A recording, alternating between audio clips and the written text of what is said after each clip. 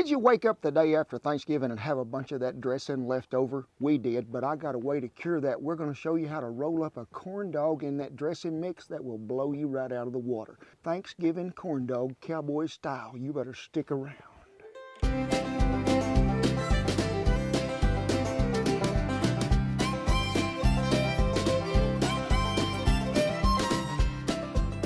Hey, thank y'all for stopping by camp. Ooh, it is a great day. My name is Kent Rollins, and what do we do here? A whole lot of cowboy cooking.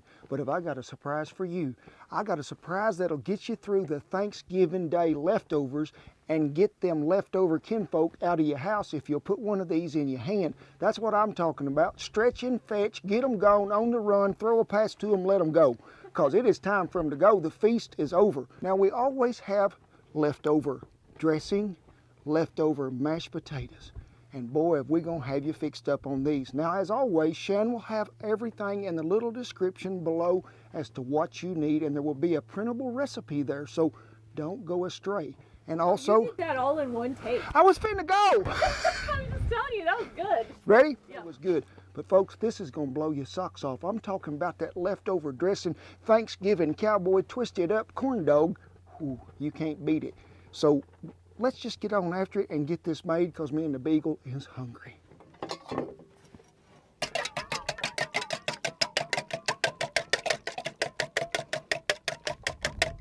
now we're gonna go live. Just a minute, I ain't got the egg whipped yet. How much do you have to whip it? It says beat on high. Whip it good. Whip it good. I don't know how much dressing y'all had left, but we had about 2.5 to 3 cups here. Now, you gotta have something to bind all this together and help it stick a little, so I have beat 2 cackleberries up. We're gonna pour that right over the top of them. A half a cup of half and half, which make a whole. And we're gonna put about 1/4 of a cup of cornmeal. Now, I'm talking just regular old cornmeal. Now, let's get this incorporated well. And if your dressing is drier than what mine is, folks, we may have to add a little more half and half, but I'll show you that consistency in a minute. I like to mash all this up and get it well incorporated. One jumped out. Folks, you can sort of see what we're after here. It's pretty wet, but it will make a ball. So get it to that point. Now, saran wrap on this deal is a must, or plastic wrap, whatever you got. Now, I will be telling you right now, the wind is blowing, so folks, you better bear with me, because this could be what you call some kind of that difficult. But Kent's got a plan.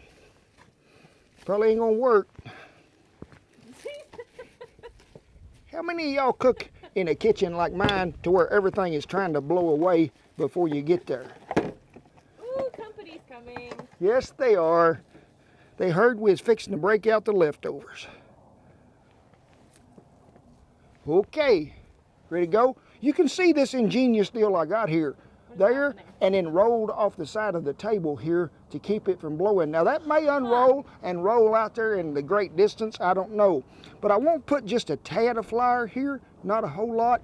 Flour your hands, and we're gonna sprinkle this generously with cornmeal so it don't be sticking to nobody. So we're gonna take about a 2-inch ball here. Make sure you got a little flour on your hands. Looky there, folks, what done happened. So make sure that it will hold together and bind, because we got to have that binding factor.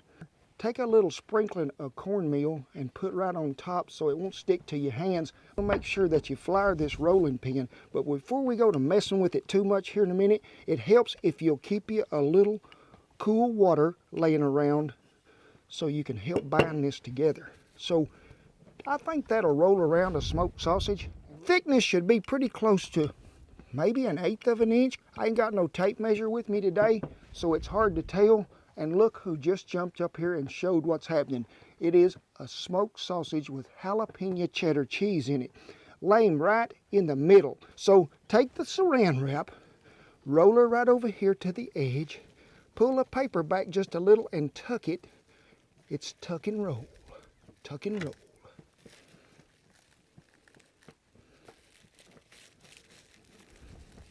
Give her a little squeeze there.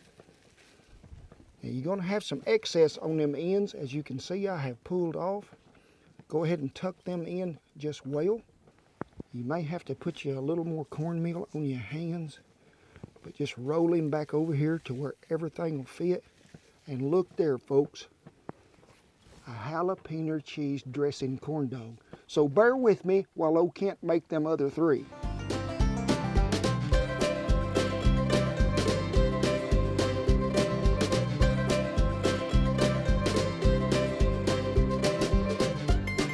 Folks, is when you take that saran wrap and just keep running around and mashing, and you can see this excess that is peeled off right here or too much, just take that spoon and discard him, roll him on up here, give him a good mashing, go ahead and pinch them ends off, and we should have a complete corn dog when that comes out of there, if things is right in the world today. Looky there what happened. Folks, if this gets to sticking a little, wet your hands if you have to get it back on there, but also helps to get you something dry on there that's going to bind it a little. So make sure you got that cornmeal on there and just go to squeeze until everything gets solid back again. Looky there, they are still there. The beagle ain't found them yet. So we've heated us up some peanut fry oil today, or any kind of fry oil you want to use, but I'm using peanut oil because a lot of y'all gonna have that left over from deep frying that turkey. Gonna run an even up 350 here today because we need to get these pretty brown. So make sure you put them in something before you lay them in there. Whoo la la, and I like to do 2 at a time. And we will have to roll them around just a little. So make sure you keep your heat at that 350 and make sure you watch it. We'll roll them around there, make sure we're even browning here in a little bit, but I'm gonna tell you another thing. If you're using a smoked sausage or something that's got a pretty thick casing on the outside of that sausage, go ahead and just peel that off there. Then you can use it that way, because that stuff is pretty hard to bite without tearing your corn dog off plumb through. Make sure if you're using a sausage that is not pre-cooked, you cook it. A lot of it'll say on the package, fully cooked, so you can just go right in that deep fryer. So let's roll them around. And folks, when we're frying these, we want to come to a really dark, deep golden brown. Going to take probably about 4 to 5 minutes. You just make sure that you roll them around. We don't want a burnt spot on them, but they need to be good and crisp to get that crunch when you bite. Woo la la. See that good golden brown color? And give it a little tap there with your finger. Make sure that crust is set up. This one has. This one is going right over here on the cooling board.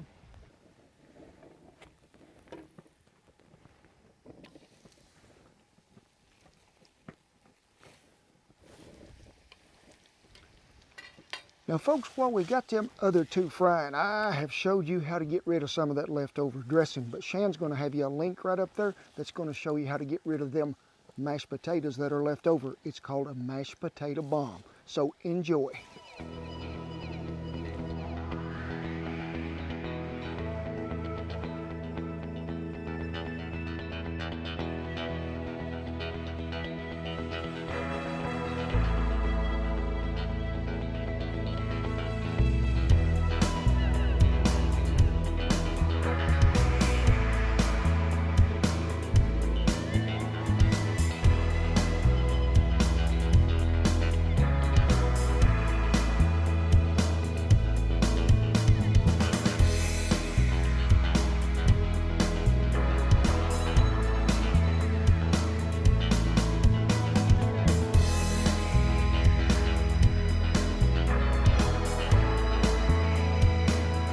Well folks, there you have it.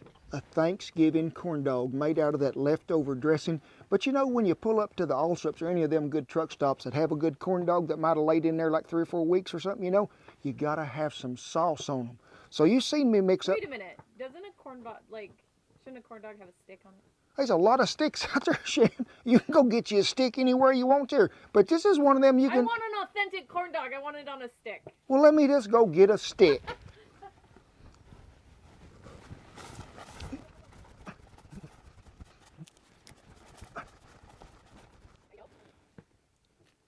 There we go. Looky there, Shan. It's a corn dog on a willer stick. Perfect. Me, I don't want to bite the stick. So, I'm winded. Hang on. Do you think you should try it, huh? Well, I know it's good, but I got to put it in the sauce, and we ain't told them folks what's in the sauce. I got to get my breath. Sorry. You seen me do it, folks. 2 tablespoons of spicy brown mustard and 3 tablespoons of red plum jam. Now, you can use whatever you got. We ain't had Thanksgiving yet. I ain't got no leftover cranberries. That would be really good in there. But mix the sauce to your suiting, do some dipping, and let's be eating.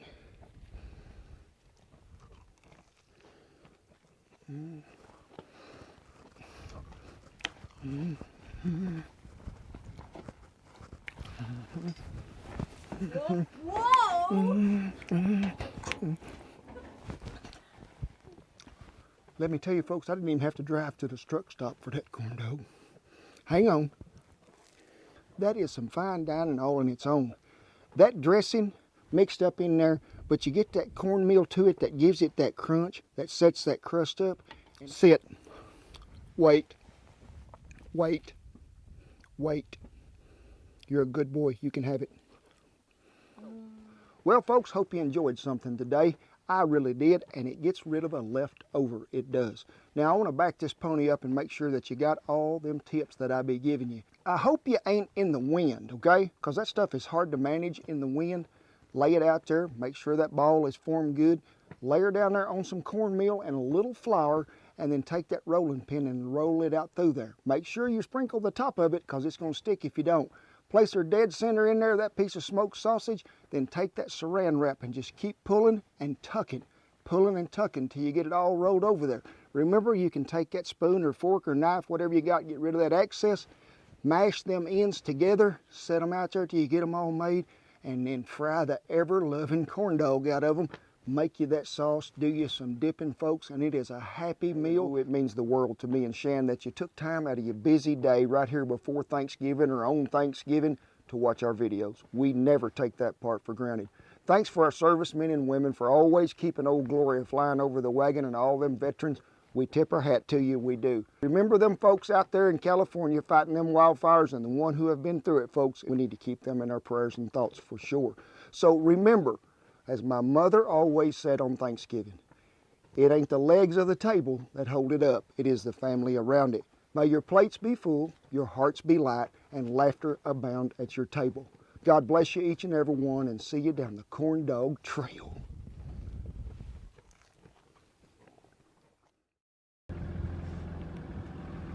Get them, Beak.